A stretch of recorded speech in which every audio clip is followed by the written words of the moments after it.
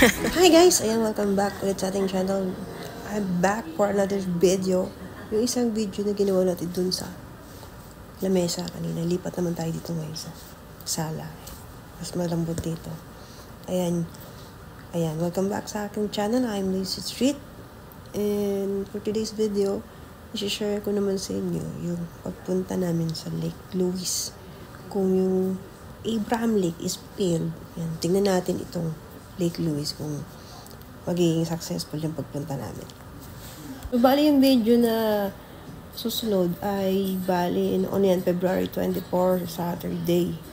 Bali ngayon ko lang siya na-edit kasi nga, ayan, maganda pa yung boses natin. So, bali ito na guys, yung continuation na galing kami sa Abraham Lake at yan nga, dahil failed, so nagpatuloy na kami sa aming paglalakbay. Papunta naman sa Lake Louise, ayan. Ganun pa rin, may mga part talaga na may snow.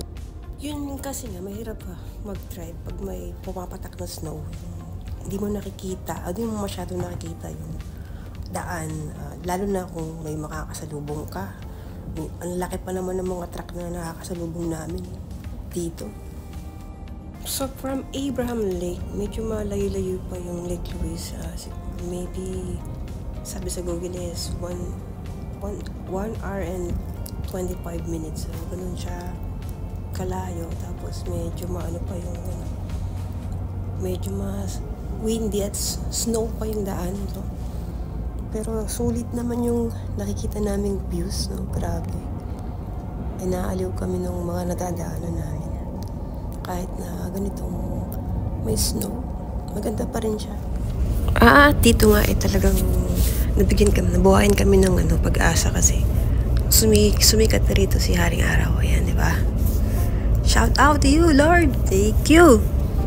Pinasikat ni Lord yung liwanag. Kasi dun sa Abraham Lake, talagang makulimlim.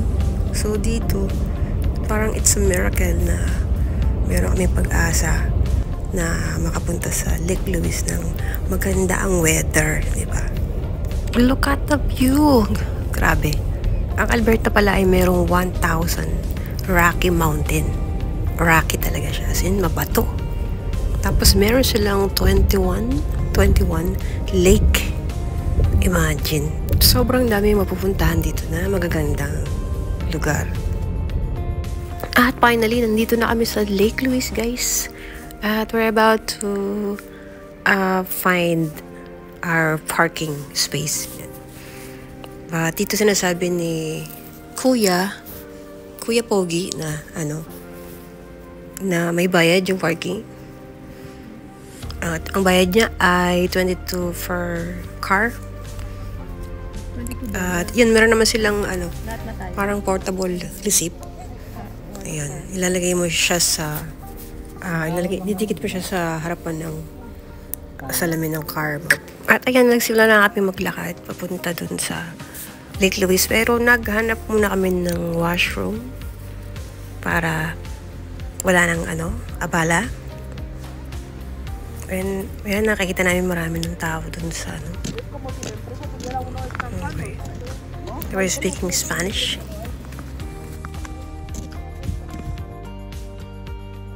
Ayan, at dahil tuloy-tuloy nga yung snow, ayan, medyo siya maputik.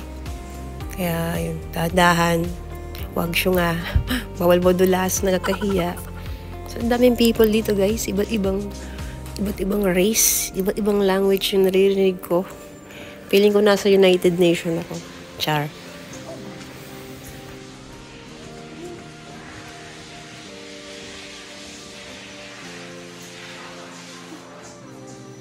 Ayan, palabas tayo.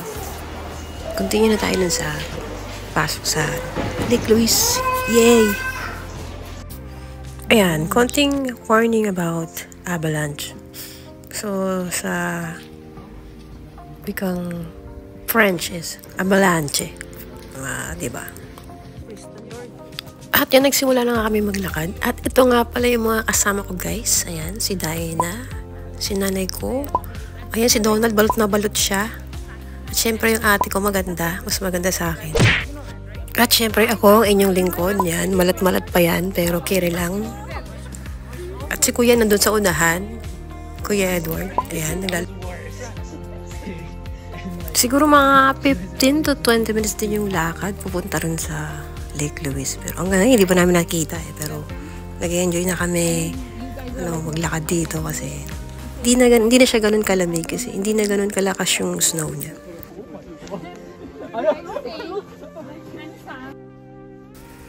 Siyempre, picture muna dito sa yung parang kubo ng Lake Louise.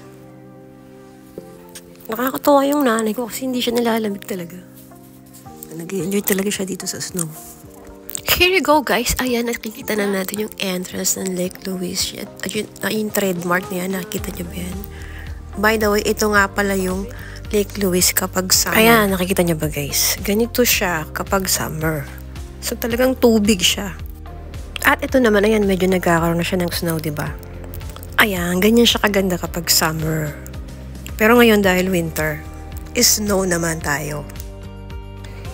So parang sinasabi dito na yung Canadian Rockies, no? Tinatawag nilang Rockies kasi nga maraming bato. And then kung kailan siya na-establish, ayan, nakalagay yung date dyan. And here we go guys, this is Lake Louise. We are actually walking sa ibabaw ng isang lake. Is it amazing? Ayan, medyo madulas dahan-dahan. Pagpababa kasi medyo pa-slide siya. Yan, this is the trademark. Ayan, tip lang, pag magpapapicture ko yan, dapat sa gitna. Ayan, sa gitna ng bundok, kasi maganda siya. Yung pinaka-center niya. Ito yung image ng Lake Louise. Ang Lake Louise nga pala ay isa sa pinakamalaki, the most largest skiing resort sa buong North America. Ayan. Tugnaw gid diri ambot na lang.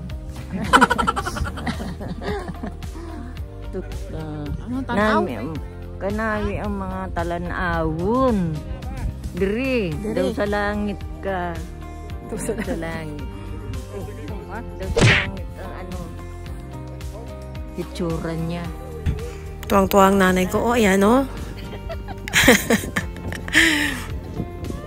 Upo pa siya sa snow. And guys, you could actually bring your pet here. Ayan. Allowed naman siyang dalhin.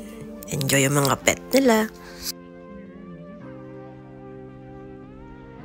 Ayan, tapos kung meron kayo nalang pang ice skating, yung nilalagay sa paa, ayan. Tapos pwede rin kayong mag-skiing. Ski resort nga ito eh. So ayan, yung mga Canadian, yan, carry nila yan. At syempre guys, picture taking muna dito sa trademark, sa image ng Lake Louise.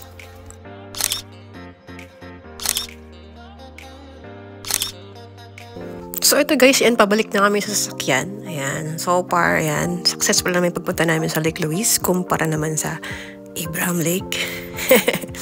And apology po sa aking boses, ayan, kasi medyo meron pa rin siyang konting malat at sore throat, pero pagaling na naman po siya. But wait, there's more. Ayan, papunta kami dun sa nabook naming room sa Canmore. So, ayan, next video na lang kasi masyado na itong mahaba. So, isi-share namin sa inyo kasi sobrang ganda ng view niya. Hindi namin na-expect na gano'n siya kaganda. So, hanggang dito na lang yung video guys. Thank you for reaching this far and sa pagsama sa amin sa Lake Louise Adventure namin 2024. And see you to the next video. Bye!